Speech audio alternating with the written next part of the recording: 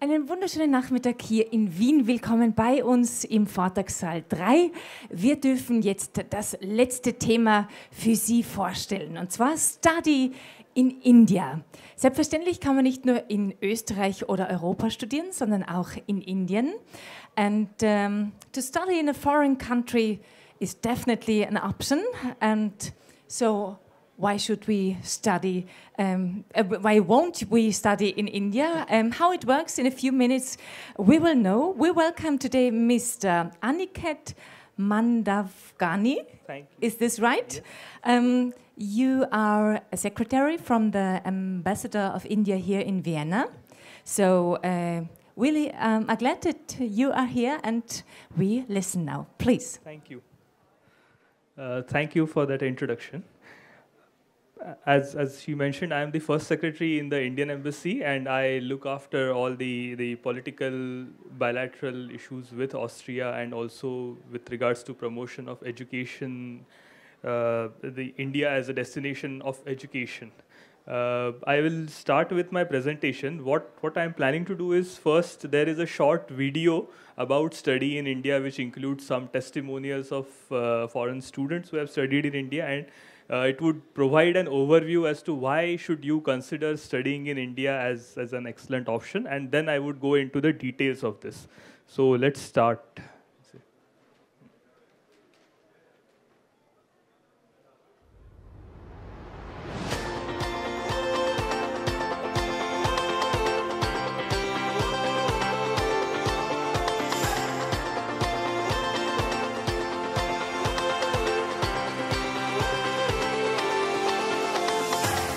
India is doing tremendous works on its education and investing a lot in education in government universities, at the same time private universities.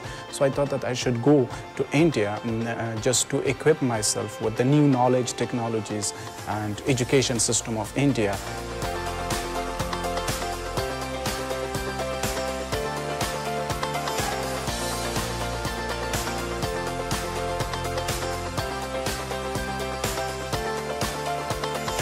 So with Indian education, you are going to grow in that field. You're going to understand, you're going to learn, and you're going to challenge yourself. You're not going to just regurgitate.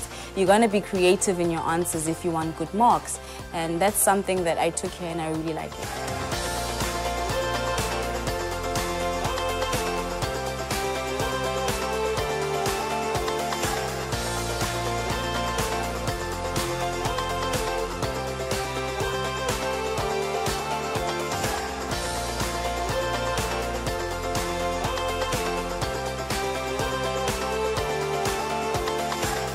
Studying in India is unique in its own way. First of all, you're studying in a very diverse classroom. The person who is next to you cannot speak to the other person in the same language. Now, that enables you to develop one, intercultural competence.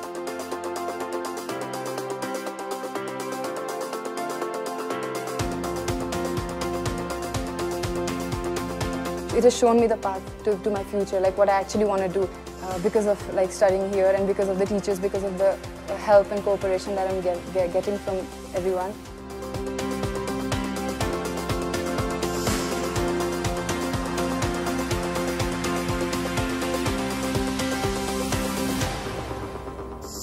It's such a peaceful country, and you can walk around the streets, roam around late at night, the shops close late, people are more respectful, and I started really liking India, and I'm contemplating continuing my studies here.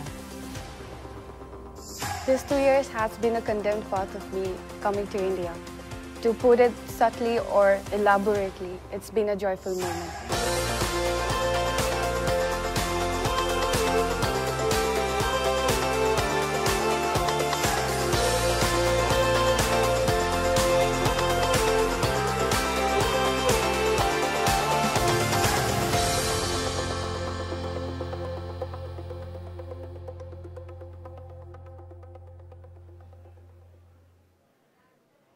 Excellent.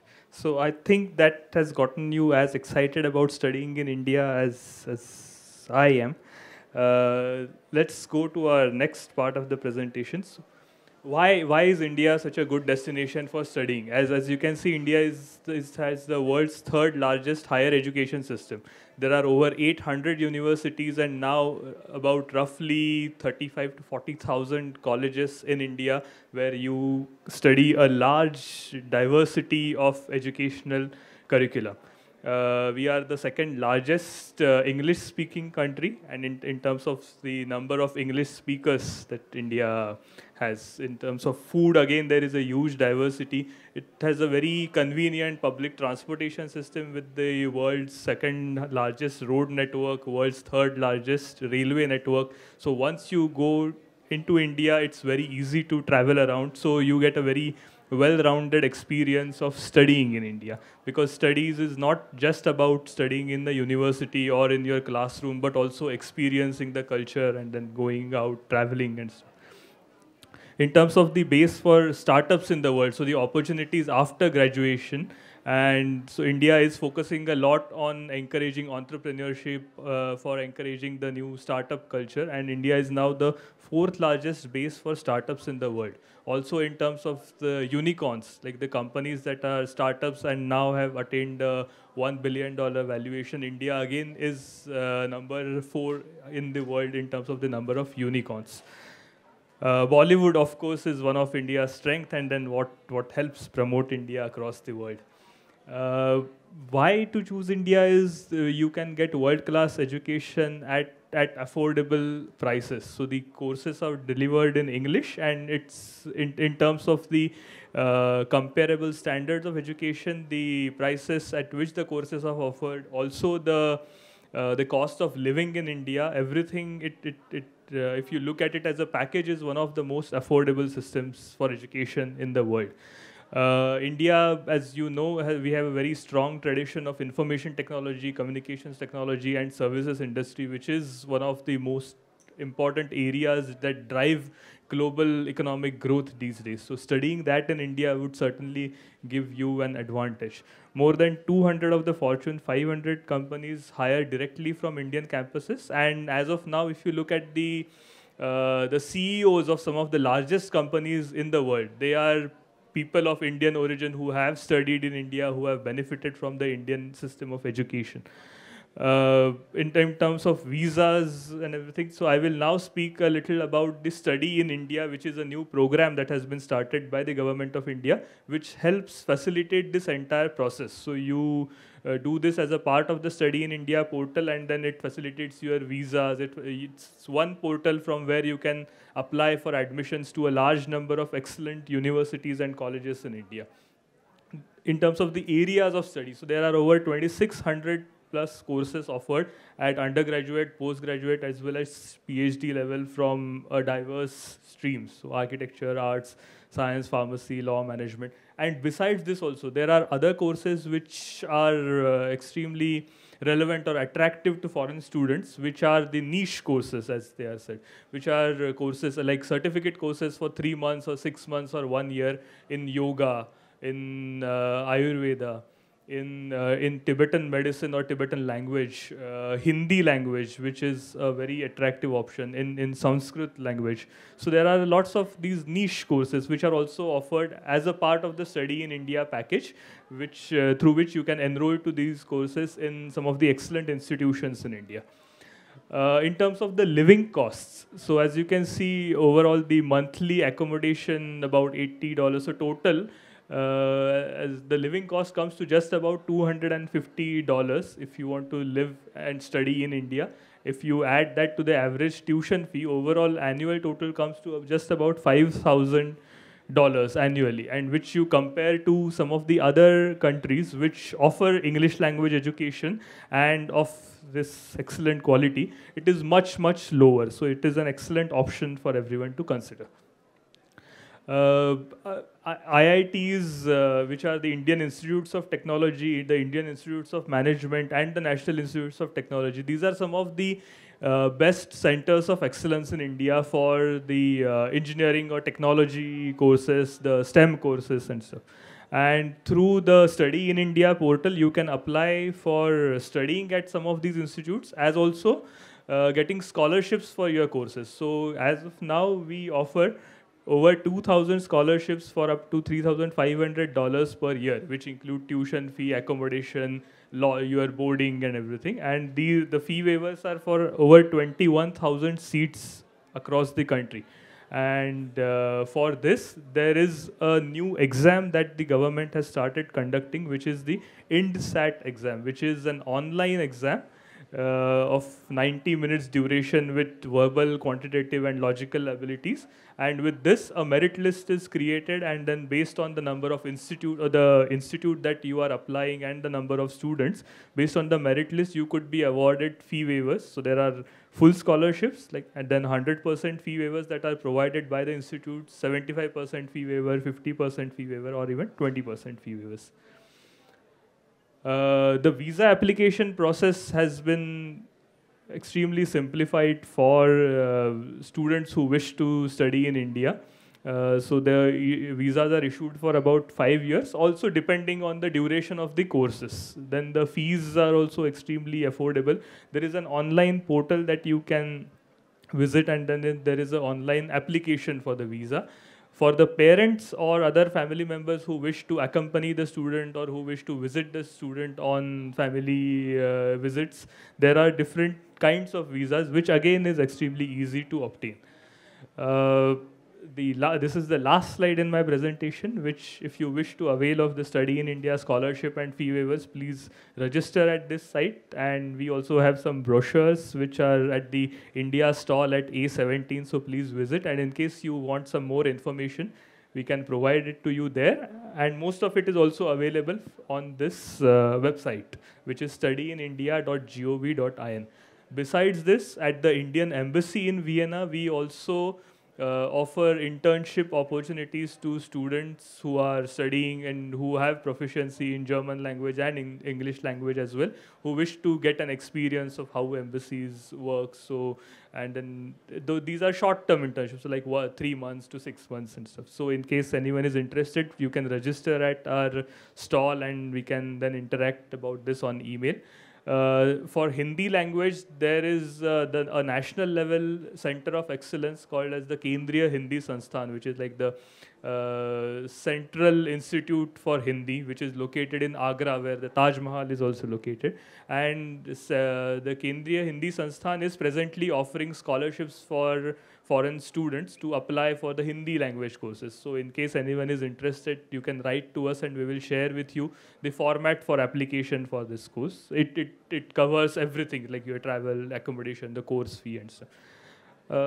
I think that's it from my side. In case anyone has any more questions, then we can discuss that later. Thank you.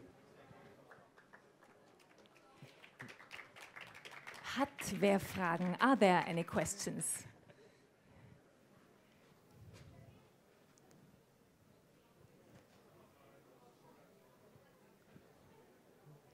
So you told us that in India there are many degree programs.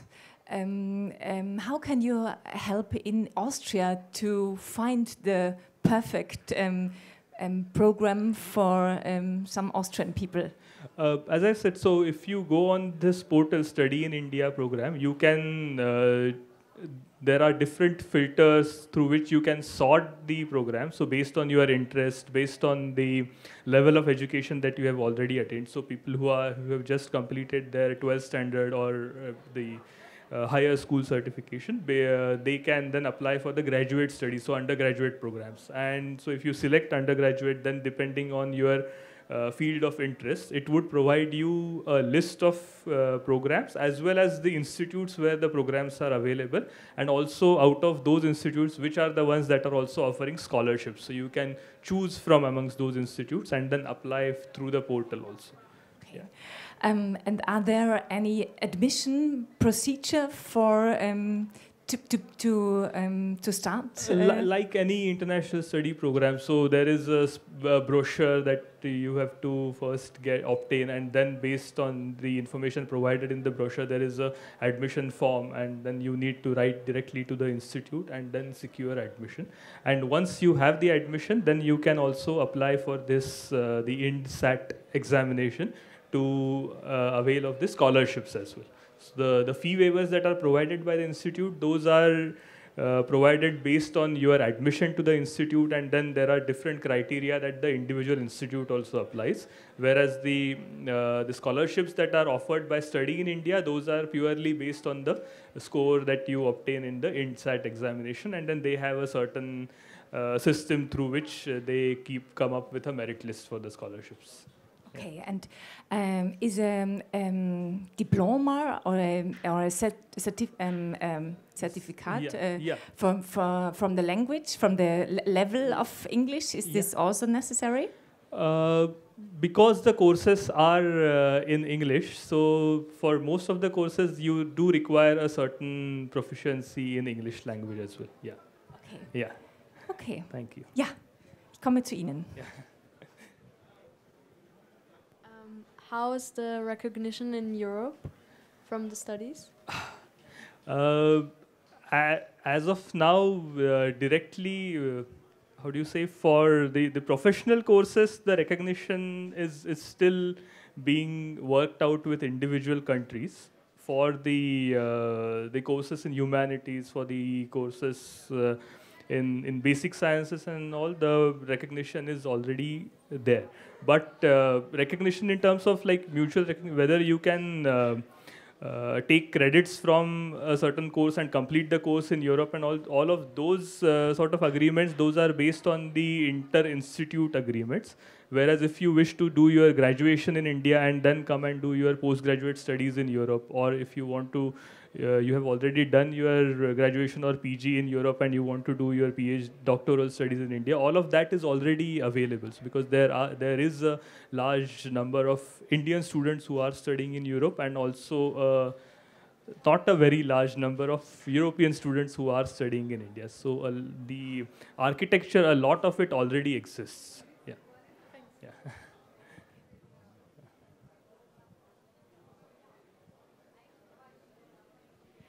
Weitere Fragen? Ja, ja. Okay. Ein bisschen Sport für mich. When does it start? In India, generally, the university courses, they start in the month of August, so July, August. So the application process would start even before that. So I think March or April is the right time to start your admission procedures.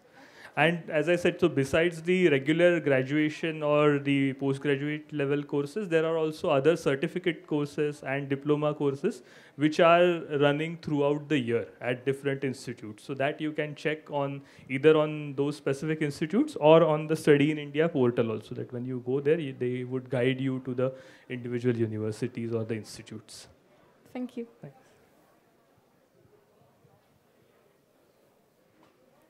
So the European universities are organized with the Bologna system, with bachelor and master. Yeah.